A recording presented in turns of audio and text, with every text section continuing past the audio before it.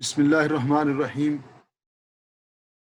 الحمد للہ رب العالمین والصلاة والسلام علی سید الانبیاء والمرسلین نبینا محمد خاتم النبیین وعلی آلہ الطیبین الطاہرین واصحابہ الغر المیامین ومن تبعہم بإحسان الی یوم الدین اما بعد۔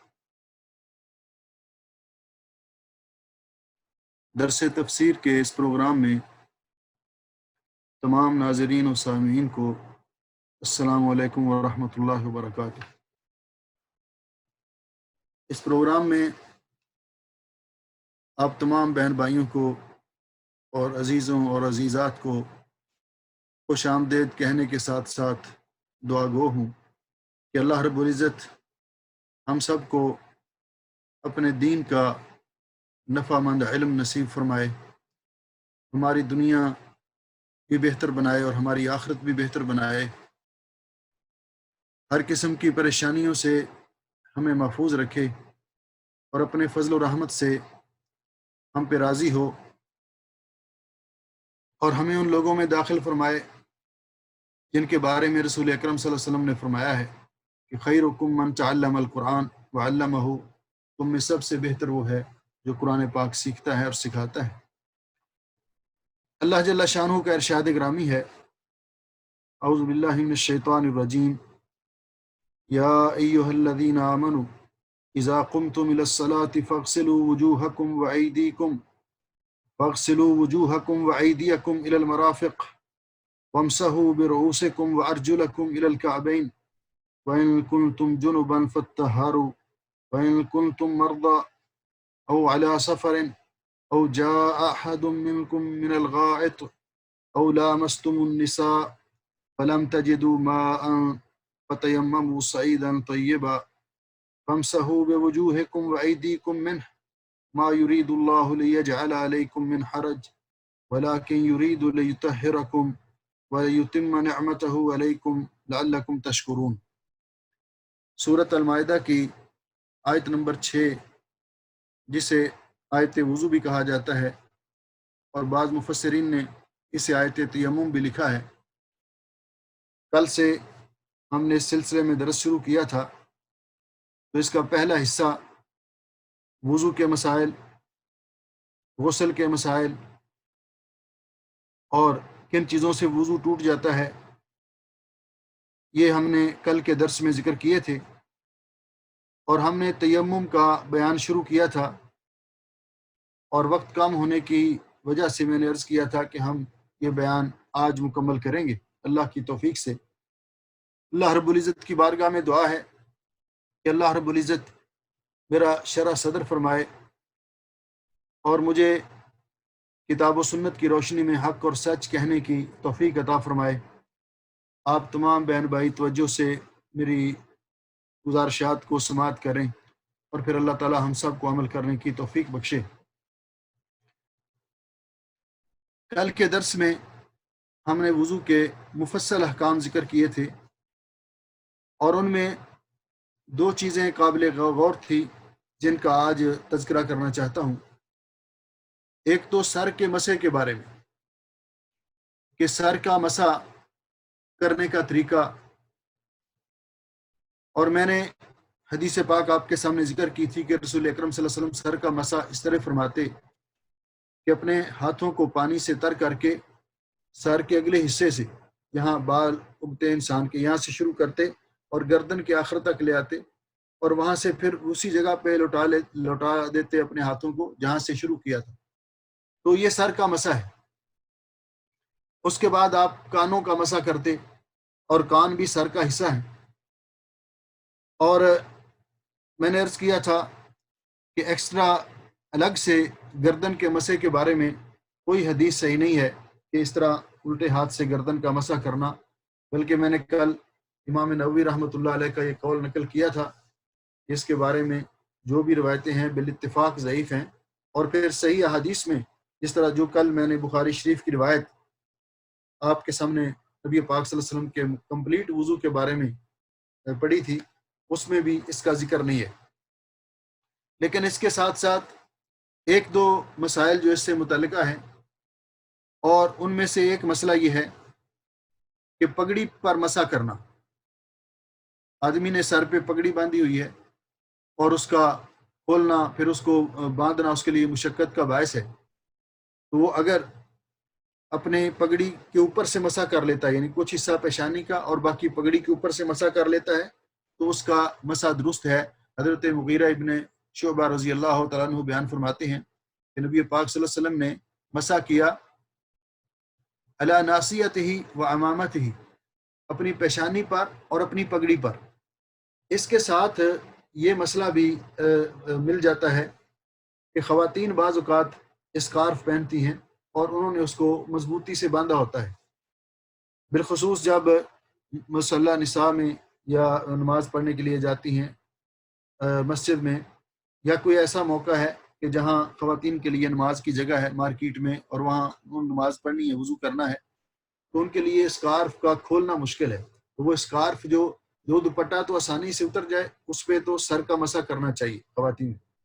اور خواتین کا سر کا مسح بھی اسی طرح ہے جس طرح مردوں کا ہے، جس طرح مردوں کا ہے. لیکن اگر اسکارف باندھا ہوا ہے مضبوطی سے اور اس کو کھولنا مشقت کا باعث ہے، تو پھر اسکارف کے اوپر سے مسح کیا جا سکتا ہے، اس میں کوئی حرج نہیں. وَامْسَحُوا بِرُؤُوسِكُمْ، اسی طرح ایک سوال اس ضمن میں آیا تھا کہ وضو کی سے مراد چونکہ یہ ہے کہ انسان اپنے وضو والے اعضاء کو تر کرے نماز پڑھنے کے لیے. بعض خواتین نیل پالش لگاتی ہیں. نیل پالش کی دو صورتیں ہیں، ایک تو وہ جس کی تہ جم جاتی ہے ناخنوں پر، تو ایسی نیل پالش لگا کر وضو نہیں ہوتا. کیوں؟ کہ اس تہ کی وجہ سے ناخن خشک رہ جاتے ہیں، تو ان کو خشک کرنا، یہ ان کو کھرچ کر وضو کرنا یہ لازمی ہے. ایک ہے کہ جو صرف رنگ ہوتا ہے، مثلا ناخنوں پر مہندی لگائی اور مہندی اتر گئی اور اس کے بعد اس کا رنگ باقی رہ گیا، اس میں کوئی حرج نہیں ہے، ان کے ساتھ وضو کرنے میں کوئی حرج نہیں ہے.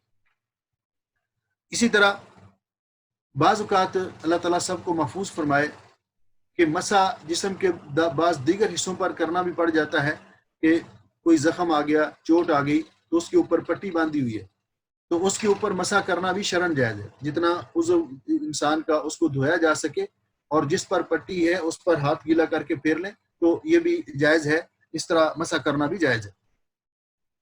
اس کے بعد وَأَرْجُلَكُمْ إِلَى الْكَعْبَيْنِ، وَأَرْجُلَكُمْ، یہ الفاظ قابل غور ہیں اور یہ مشہور قرات ہے جو، اور اس صورت میں اس کا عطف ہے فَاغْسِلُوا وُجُوهَكُمْ پر، فَاغْسِلُوا وُجُوهَكُمْ. تو اس آیت کریمہ کے اندر کچھ چیزیں ہیں جو مغسولات میں سے ہیں جن کو دھونے کا حکم دیا گیا ہے، اور کچھ چیزیں ہیں جن کا مسح کرنے کا حکم دیا گیا ہے. تو اب اس قرات میں تو کوئی اشکال نہیں ہے کہ اس کا عطف فَاغْسِلُوا وُجُوهَكُمْ ہے اور وَأَرْجُلَكُمْ کہ اپنے پاؤں کو دھو. لیکن ایک قرات یہ بھی ہے أَرْجُلِكُمْ، لام کے کسرے کے ساتھ، لام کی زیر کے ساتھ. اس سے بعض لوگ استدلال کرتے ہیں کہ پاؤں کو دھونے کی بجائے پاؤں کا مسح بھی کیا جا سکتا ہے، لیکن یہ بات درست نہیں ہے، اس لیے کہ اللہ رب العزت نے اس کو جو ضمن میں ذکر کیا تو یہ وضو کی ترتیب کو برقرار رکھنے کے لیے. اور دوسرا عربی زبان کے اندر قاعدہ بھی ہے کہ بعض اوقات جوار کی وجہ سے، یعنی پڑوسی کلمے کی وجہ سے بعد والے کلمے کو بھی جر یا زیر دی جاتی ہے.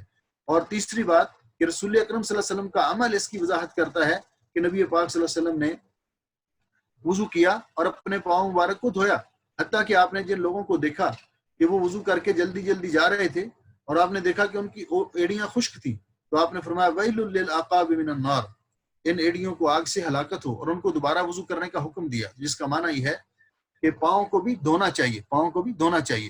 لیکن پاؤں پر مسح کیا جا سکتا ہے اس صورت میں کہ جب پاؤں پر جرابیں پہنی ہوں، موزے پہنے ہوں. تو ہم یہ جو جرابیں اور موزے عمومی طور پر استعمال کرتے ہیں، ان کی دو قسمیں ہیں. ایک وہ جراب یا موزہ جو چمڑے کا بنا ہوا ہے اور اسے عربی زبان میں خف کہتے ہیں، خف موزہ جو چمڑے کا بنا ہوا ہے. اور دوسرا جو کپڑے کا، اون کا بنا ہوا ہے، جراب بنی ہوئی ہے، اس کو جورب کہتے ہیں. تو دونوں کے اوپر مسح کرنا جائز ہے اور حدیث پاک سے ثابت ہے. تو گویا کہ بعض ایسی حالات میں جو جب انسان نے جرابیں یا موزے پہن رکھے ہوں تو وہ اپنے پاؤں پر مسح کر سکتا ہے، یعنی جرابوں اور موزوں پر مسح کر سکتا ہے، لیکن اس کے لیے شرائط ہیں، اس کے لیے شرائط ہیں۔ ان میں سب سے پہلی شرط یہ ہے کہ کس وقت کوئی شخص جرابوں پر یا موزوں پر مسح کر سکتا ہے۔ تو نمبر ایک کہ وہ مسح جو ہے حد سے اصغر سے ہو، یعنی انسان کا وضو ٹوٹا ہو اور وضو ٹوٹنے کی صورت میں وہ مسح کر سکتا ہے، لیکن اگر اس کو غسل جنابت کی حاجت ہو تو پھر جرابوں پر مسح یا موزوں پر مسح نہیں کر سکتا، پھر اتار کر اس کو باقی جسم کے ساتھ پاؤں بھی دھونے پڑیں گے۔ تو پہلے نمبر پر تو وہ مسح حد سے اصغر سے ہو۔ دوسرا، وہ جرابیں یا موزے حالت وضو میں پہنے گئے ہوں، یعنی طہارت کر کے وضو کر کے وہ جرابیں اور موزے پہنے ہوئے ہوں وضو ٹوٹنے سے پہلے یعنی وہ حالت طہارت میں یا حالت وضو میں وہ جرابیں یا موزے پہنے گئے ہوں۔ تو پھر جب مثلا آپ نے فجر کی نماز پڑھ کے آپ کا وضو برقرار ہے، مسجد میں جاتے ہوئے آپ نے جرابیں پہن لی یا واپس آ کے گھر میں پہن لی اور آپ کا وضو ابھی تک برقرار ہے، تو پھر آپ نے وہ جرابیں اتاری نہیں، تو ظہر کے وقت آپ آفس میں گئے تو وہاں جا کر آپ کا وضو ٹوٹ گیا، آپ نے استنجا کیا، قضاء حاجت کے لیے گئے، تو آپ ایسی صورت میں یہ چونکہ جرابیں جو تھیں آپ نے وضو کر کے پہنی تھی اور اس کے بعد اتاری نہیں تھی وضو ٹوٹنے کے بعد، لہٰذا ان پر آپ مسح کر سکتے ہیں، ان پر آپ مسح کر سکتے ہیں۔ تو یہ معنی ہے کہ وہ وضو کر کے طہارت کی حالت میں پہنی گئی ہو۔ تیسری شرط یہ ہے کہ یہ مدت جو یہ مسح جو ہے جرابوں پر یا موضوع پر، یہ مسح کی مدت کے اندر ہو، مسح کی مدت کے اندر ہو۔ مسح کی مدت کیا ہے؟ رسول اکرم صلی اللہ علیہ وسلم نے جرابوں یا موزوں پر مسح کے لیے مدت مقرر کی ہے۔ جو لوگ مقیم ہیں، جس طرح ہم اپنے گھروں میں ہیں مقیم ہیں، تو ان کے لیے 1 دن اور 1 رات، اور جو مسافر ہیں ان کے لیے جو مدت مقرر کی ہے وہ 3 دن اور 3 راتیں، مسافر کے لیے 3 دن اور 3 راتیں اور مقیم کے لیے 1 دن اور 1 رات۔ یہ مدت مسح کب شروع ہوگی؟ یہ مدت مسح کب شروع ہوگی؟ تو یہ وضو کرنے سے یعنی جرابیں پہننے سے یہ مدت شروع نہیں ہوگی، یہ اس وقت شروع ہوگی جب آپ پہلی دفعہ مسح کریں گے۔ مثلا آپ نے فجر کی نماز کے بعد وضو کیا اور فجر کی نماز کے لیے اور جرابیں پہن لی اور آپ کا وضو ٹوٹا ظہر میں، تو ظہر میں آپ نے پہلا مسح کیا، تو وہاں سے آپ کی مدت مسح شروع ہوگی، وہاں سے آپ کی مدت مسح شروع ہوگی۔ اسی طرح وہ موزے یا جرابیں ان پر مسح کیا جا سکتا ہے جو پاک ہوں۔ اگر جراب یا موزہ پاک نہیں ہے، نجس ہے، تو اس پر مسح نہیں کیا جا سکتا کیونکہ وہ خود نجس ہے، تو وہ پاک ہوں۔ 5ویں شرط یہ ہے کہ وہ محل وضو کے لیے ساتر ہوں، محل وضو کو ڈھانپنے والے ہوں، جس کا معنی یہ ہے کہ وہ جراب یا موزہ ایسا ہے جس سے آپ کا پاؤں اور ٹخنے چھپ جائیں، پاؤں اور ٹخنے چھپ جائیں۔ اس سے یہ معلوم ہوا کہ وہ چھوٹی جراب جو عام طور پر پہنتے ہیں، جو صرف آگے پاؤں کی انگلیوں کو ڈھانپتی ہے، پنجے کو، اور پیچھے تھوڑا سا ایڑی کو ڈھانپتی ہے اور ٹخنے کھلے رہتے ہیں، تو ایسی جراب پر مسح نہیں کیا جا سکتا۔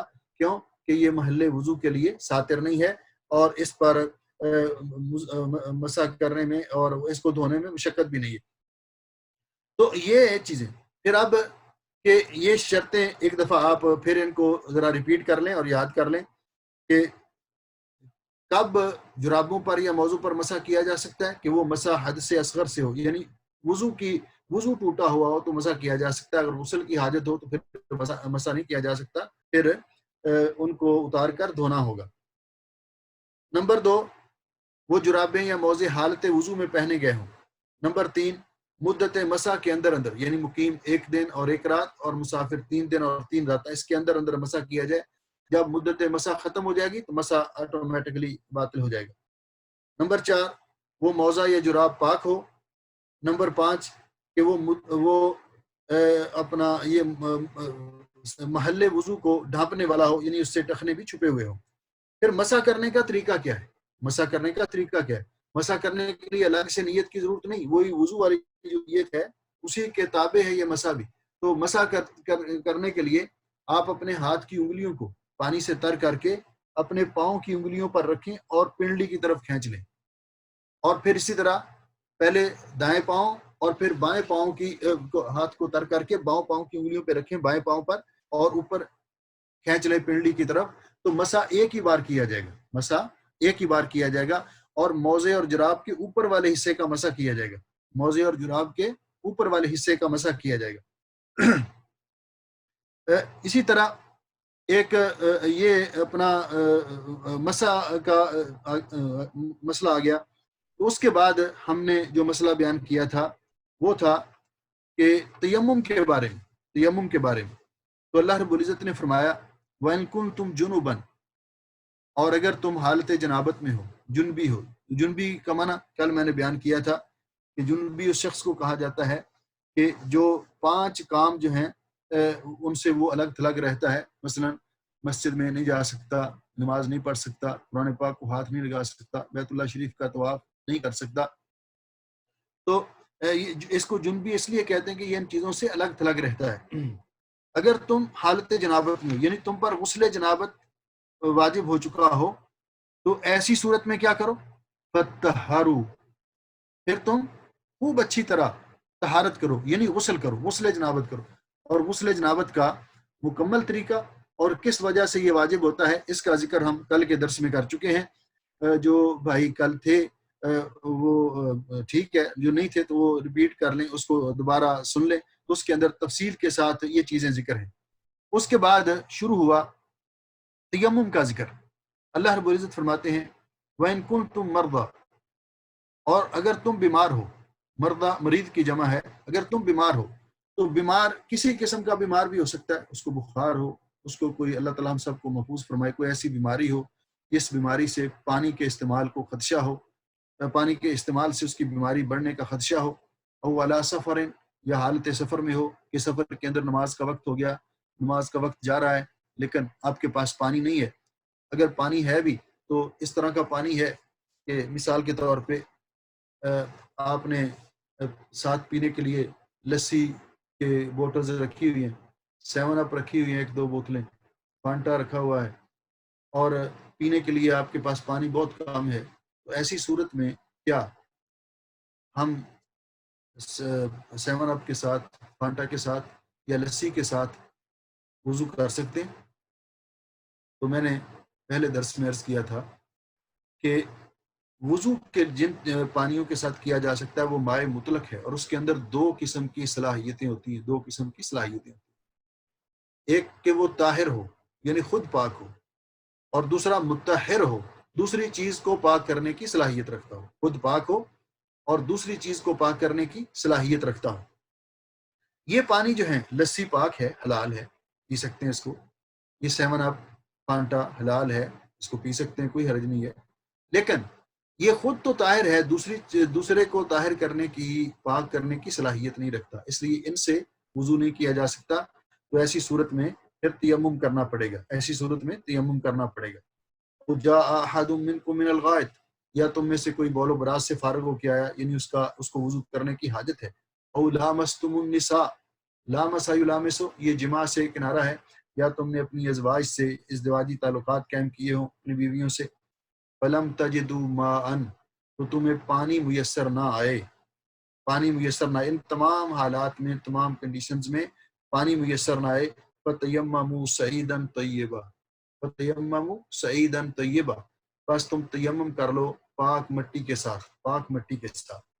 کل میں نے اس کی ابتدائی اس کے بارے میں گزارشات کی تھی، لیکن آج ہم اس آیت کا شان نزول وہ پہلے سمجھتے ہیں.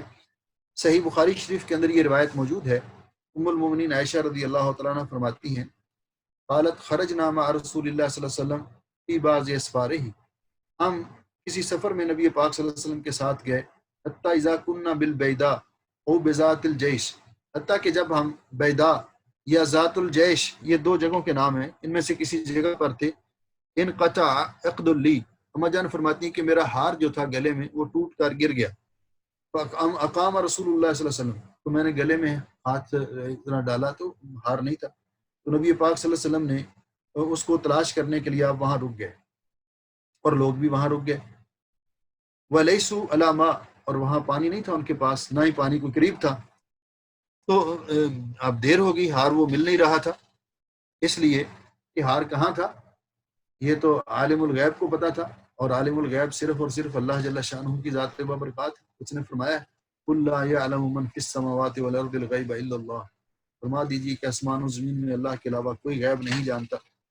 تو لوگ حضرت ابو بکر کے پاس آئے رضی اللہ تعالیٰ عنہ، اور آ کر حضرت ابو بکر سے یہ شکوہ کرنے لگے، اللہ ترى ما صنعت عائشہ، آپ نہیں دیکھ رہے کہ عائشہ رضی اللہ تعالیٰ عنہ کی وجہ سے ہم کس مشکل میں ہیں؟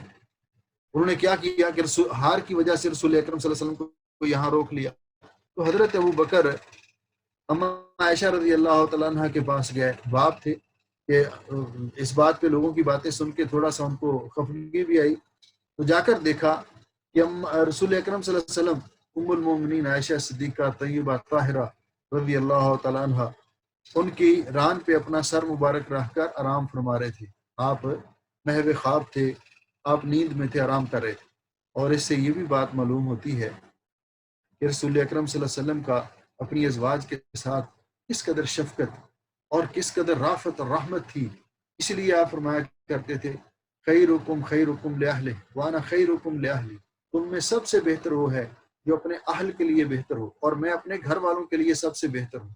تو اب حضرت ابو بکر رضی اللہ تعالیٰ نے جا کر اما عائشہ رضی اللہ تعالیٰ عنہ کو یہ جو کہا، حتیٰ کہ فرماتی ہے انہوں نے باپ تھے نا، تو میری ایک پہلو میں انہوں نے اپنا ہاتھ بھی اس طرح مارا، مکہ بھی مارا، لیکن میں نے ذرا بھی حرکت نہیں کی، کیونکہ رسول اکرم صلی اللہ علیہ وسلم میری ران پہ سر مبارک رہ کر سوئے ہوئے تھے تاکہ آپ کی نیند ڈسٹرب نہ ہو، میں نے برداشت کر لیا۔ تو کہتے ہیں رسول اکرم صلی اللہ علیہ وسلم جب اٹھے صبح ہو گئی اور پانی نہیں تھا۔ اب اللہ تعالیٰ کی حکمت ہے ہر کام میں، تو اس وقت اللہ رب العزت نے تیمم کی آیت نازل کر دی، یعنی اس واقعہ کی وجہ سے اللہ رب العزت نے پوری امت کے لیے، قیامت تک آنے والے لوگوں کے لیے آسانی کر دی کہ اگر پانی نہ ملے، اگر پانی نہیں ملتا کسی اور نماز کا وقت جا رہا ہے تو اس وقت تیمم کر لیا کرو۔ تو جب تیمم کی آیتیں نازل ہوئی فقال اسید ابن حضیر، حضرت اسید ابن حضیر یہ بیان کرتے ہیں کہ ما ہی باول برکتکم یا آل ابی بکر، اے آل ابو بکر یہ تمہاری پہلی برکت نہیں ہے، بلکہ تمہاری وجہ سے اللہ نے اسلام کو بہت ساری برکتوں سے نوازا ہے، اہل اسلام کو بہت ساری برکتوں سے نوازا ہے۔ اما جان فرماتی پھر ہوا کیا، قالت فبعثنا البعیر، وہ اونٹ جس پر میں سوار تھی جب ہم وہاں سے کوچ کرنے لگے، اونٹ کو اٹھایا تو اس کے نیچے ہار پڑا تھا، ہار اس اونٹ کے نیچے پڑا تھا۔ اب ذرا اندازہ فرمائیے کہ رحمت للعالمین حضرت محمد رسول اللہ صلی اللہ علیہ وسلم بھی اس کو تلاش کر رہے ہیں، صحابہ اکرام اولیاء کے امام وہ بھی اس کو تلاش کر رہے ہیں، لیکن کسی کو بھی پتہ نہیں، خبر کس کو ہے، علیم خبیر کو، کہ ہار اس اونٹ کے نیچے پڑا ہوا ہے۔ تو اس لیے علم غیب یہ اللہ رب العزت کا خاصہ ہے۔ تو فرماتے ہیں کہ میں جس اونٹ پر سوار تھی، فرماتی ہیں جب اس کو اٹھایا تو ہار اس کے نیچے پڑا تھا۔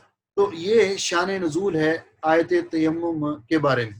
اب تیمم جو ہے، تیمم کرنے کے لیے کب تیمم کیا جا سکتا ہے اور تیمم کی اباحت کے لیے اسباب کون کون سے ہیں؟ تو سب سے پہلے نمبر پر کہ کب تیمم کرنا جائز ہے اور تیمم کا طریقہ بھی اس آیت کے اندر اللہ رب العزت نے بیان فرما دیا۔ تو سب سے پہلے نمبر پر پانی نہ ملے۔ پانی نہ ملنے کا مطلب کیا ہے کہ بسیار تلاش کے باوجود پانی نہ ملے، یہ نہیں مطلب کہ ہماری بلڈنگ میں پانی ختم ہے لیکن ساتھ کی بلڈنگ میں پانی ہے، تو ایسی صورت میں تیمم نہیں کریں گے۔ پانی نہ ملے، تلاش کرنے کے باوجود پانی نہ ملے۔ نمبر 2، پانی تو ہے لیکن پانی تک رسائی ممکن نہیں، اپنی بلڈنگ میں پانی نہیں ہے، باہر کرفیو لگا ہوا ہے اور باہر نکلتے ہیں تو اپنی جان کو خطرہ ہے، تو ایسی صورت میں تیمم کرنا جائز ہے۔ پانی تو ہے لیکن پانی تک پہنچنا مشکل ہے، مثلا آپ سفر کر رہے ہیں صحرا کے اندر، آپ کو چشمہ تو نظر آ گیا، نماز کا وقت ہو رہا ہے، آپ کے پاس پانی نہیں ہے، آپ نے وضو کرنا ہے، چشمہ تو نظر آ گیا لیکن وہاں شیر بیٹھا ہوا ہے چشمے پر، اسے جان کو خطرہ ہے۔ تو یہ بھی کہ پانی تو ہے لیکن پانی تک پہنچنا مشکل ہے۔ پانی تو ہے نظر آ رہا ہے لیکن پانی کو نکالنا مشکل ہے۔ مثال کے طور پر آپ سفر کر رہے ہیں اور آپ کو کنواں تو نظر آ گیا، اس کے اندر پانی تو نظر آ رہا ہے لیکن اس کنویں سے پانی نکالنے کے لیے آپ کے پاس کوئی چیز نہیں ہے۔ پانی تو ہے لیکن پانی تک رسائی ممکن نہیں، اس صورت میں کہ پانی تو ہے لیکن دشمن کے قبضے میں ہے۔ پانی تو ہے لیکن پانی کا حصول ممکن نہیں، کہ پانی مل تو رہا ہے لیکن وہ بڑا مہنگا دے رہے ہیں اور آپ کے پاس اتنے پیسے نہیں ہیں کہ آپ وہ خرید سکیں۔ پانی تو ہے لیکن پانی کے استعمال سے مریض کی بیماری کے بڑھنے کا خطرہ ہے۔ پانی ہے لیکن پانی کے استعمال سے بیمار کی بیماری کے بڑھنے کا خطرہ ہے. پانی تو ہے لیکن بہت ٹھنڈا ہے، اتنا ٹھنڈا ہے، برف بنی ہوئی ہے کہ اس کو استعمال کرنے سے بھی انسان کے بیمار ہونے کا خطرہ ہے. تو یہ ساری صورتیں جو ہیں، ان میں اگر پانی انسان کو میسر نہیں آتا تو اس کو شریعت نے بالخصوص اس امت کو یہ انعام عطا کیا، جس طرح کہ اس بخاری شریف کی حدیث کے اندر بھی ہے، اور رسول اکرم صلی اللہ علیہ وسلم نے بھی فرمایا کہ تیمم اس امت پر خصوصی طور پر اللہ تعالیٰ کی نوازش اور مہربانی ہے. اللہ تعالیٰ نے اس امت کو عطا کی. پہلی امت کے لوگ، ان کے لیے لازمی تھا کہ نماز کا وقت ہو جائے، پانی ڈھونڈیں، پانی تلاش کر کے پھر وہ نماز ادا کریں. ان کے لیے لازمی تھا کہ وہ اپنے معبد میں جا کر نماز ادا کریں، جیسے کیسے بھی ہو. لیکن ہمارے لیے اللہ تعالیٰ نے اس طرح زمین کو پاک بنا دیا طہارت کے لیے، پاکیزگی حاصل کرنے کے لیے. اسی طرح پوری زمین کو، پاک صاف زمین جہاں بھی ہے، اس کو اللہ تعالیٰ نے ہمارے لیے مسجد بنا دیا. تو ایسی صورت میں جب پانی مل نہیں رہا، یا پانی تک پہنچنا مشکل ہے، یا پانی کا استعمال کرنا انسان کی صحت کے لیے خطرے کا باعث ہے، تو ایسی صورت میں تیمم کیا جا سکتا ہے. تیمم کا طریقہ کار کیا ہے؟ تو کل میں نے وہ حدیث پاک آپ کے سامنے بیان کی تھی کہ رسول اکرم صلی اللہ علیہ وسلم نے فرمایا، جب تیمم کا طریقہ بتایا کہ زمین پر، پاک صاف زمین پر ہاتھ مار کے اس کو جھاڑ لیا جائے، اور اس پہ پھونک مار کے پہلے اپنے دونوں ہاتھوں کے ساتھ اپنے چہرے کا مسح کیا جائے، پھر اپنے لیفٹ ہینڈ کے ساتھ اپنے رائٹ ہینڈ کی پشت پر، اور پھر رائٹ ہینڈ کے ساتھ لیفٹ ہینڈ کی پشت پر اس طرح مسح کیا جائے. تو یہ مسح ہے. تو گویا کہ سب سے پہلے یہ تیمم ہے. گویا کہ سب سے پہلے ہم نے کیا کرنا ہے کہ دل میں نیت کرنی تیمم کی، پھر بسم اللہ پڑھنی، پھر پاک صاف مٹی پہ اپنے دونوں ہاتھوں کو مارنا ہے. دیکھو یہ ترتیب یہاں بتائی گئی. اللہ تعالیٰ نے فرمایا فَامْسَحُوا بِوُجُوهِكُمْ وَأَيْدِيكُمْ مِنْهُ، اس پاک مٹی سے آپ اپنے چہروں کا بھی مسح کریں اور اپنے ہاتھوں کا بھی. تو پہلے چہرے کا ذکر ہے، اس لیے پہلے چہرے پر مسح کریں، اور پھر دایاں ہاتھ جو ہے اس پر پہلے بائیں ہاتھ کی پشت پر، اور پھر دائیں ہاتھ کلائی کے جوڑ تک، یہ بازوؤں تک مسح کرنا. یہ 2 ضربیں، یہ حدیث جو ہے صحیح نہیں ہے، رسول اکرم صلی اللہ علیہ وسلم سے یہ ثابت نہیں. اب یہ مسح جو ہے آپ نے تیمم کر لیا. اس تیمم کے ساتھ اگرچہ وضو کرنے کی حاجت تھی، تب بھی یہ تیمم وضو کا بدل ہے. اور اگر غسل کرنے کی، غسل جنابت کی حاجت تھی، جس طرح فرمایا کہ او لامستم النساء، تو غسل جنابت اس کے بھی کام بدل ہے تیمم، اور وضو کا بھی بدل ہے تیمم. اور غسل جنابت کے لیے بھی تیمم اسی طرح کیا جائے گا جس طرح وضو کا بدل تیمم کیا جائے گا. تو یہ تیمم کرنے کے ساتھ انسان، ایک تیمم ہے جب تک وہ برقرار ہے، پانی نہیں ملا، تو ایک تیمم کے ساتھ کئی نمازیں پڑھ سکتا ہے، نمبر 1. نمبر 2، ایک تیمم کے ساتھ نمازیں جمع بھی کر سکتا ہے. سفر میں ایک دفعہ تیمم کیا، ظہر اور عصر کو آپس میں جمع کیا، تو ایک تیمم کے ساتھ دونوں نمازیں پڑھ سکتا ہے. الگ الگ تیمم کرنے کی ضرورت نہیں ہے. پھر یہ ہے کہ تیمم جو ہے یہ کن چیزوں سے ٹوٹ جاتا ہے؟ تیمم کن چیزوں سے ٹوٹ جاتا ہے؟ تو تیمم ہر اس چیز سے ٹوٹ جاتا ہے جس سے وضو ٹوٹ جاتا ہے. تیمم ہر اس چیز سے ٹوٹ جاتا ہے جس سے وضو ٹوٹ جاتا ہے. اور ایک ایکسٹرا شرط ہے کہ جب پانی مل جائے تو تیمم باطل ہو جائے گا. جب پانی مل جائے تو تیمم باطل ہو جائے گا. مثال کے طور پر آپ نے یہاں 1-2 مسئلے ہیں وہ قابل غور ہیں کہ آپ نے تیمم کر کے نماز پڑھ لی، اور پھر آپ وہاں سے روانہ ہو گئے. ابھی نماز ظہر کا وقت باقی ہے، اگلے سٹاپ پر آپ گئے تو وہاں پانی بھی ہے، سب کچھ ہے. تو کیا آپ کو دوبارہ وضو کر کے وہ نماز لوٹانی ہوگی؟ نہیں، ہرگز نہیں. آپ نے تیمم کر کے جو نماز پڑھ لی وہ فریضہ ادا ہو چکا، اب دوبارہ اس کو لوٹانے کی ضرورت نہیں. دوسری بات یہ کہ آپ نے تیمم کر کے، پانی نہیں ملا آپ کو، تیمم کر کے نماز شروع کر لی، 1-2-3 رکعتیں پڑھ لی، اور اسی دوران پانی آ گیا، لوگوں نے شور ڈال دیا، آواز آنا شروع ہوگی، پانی آ گیا. تو آپ نماز کو توڑ کر تیمم نہیں کریں گے، بلکہ اسی کے ساتھ اپنی نماز کو کمپلیٹ کریں گے، اور وہ نماز صحیح ہوگی. لیکن آئندہ نماز جو ہے وہ آپ وضو کر کے پڑھیں گے جب پانی مل جائے گا. تو جب پانی مل جائے تو پھر تیمم باطل ہو جاتا ہے. اللہ جل شانہ فرماتے ہیں ما یرید اللہ لیجعل علیکم من حرج، اللہ رب العزت نہیں چاہتے کہ وہ تم پر کوئی حرج اور تنگی پیدا کرے. اللہ رب العزت ارحم الراحمین ہے، اپنے بندوں پر ہماری ماؤں سے بھی زیادہ اللہ تعالیٰ مہربان ہے. اور اللہ رب العزت نے دیکھیے کہ کتنی سہولتیں اور آسانی اللہ تعالیٰ نے ایک قاعدہ بیان کیا، لا یکلف اللہ نفسا الا وسعہا. اللہ تعالیٰ کسی جان پر کسی پر بھی اس کی ہمت سے بڑھ کر اللہ تعالیٰ بوجھ نہیں ڈالتے.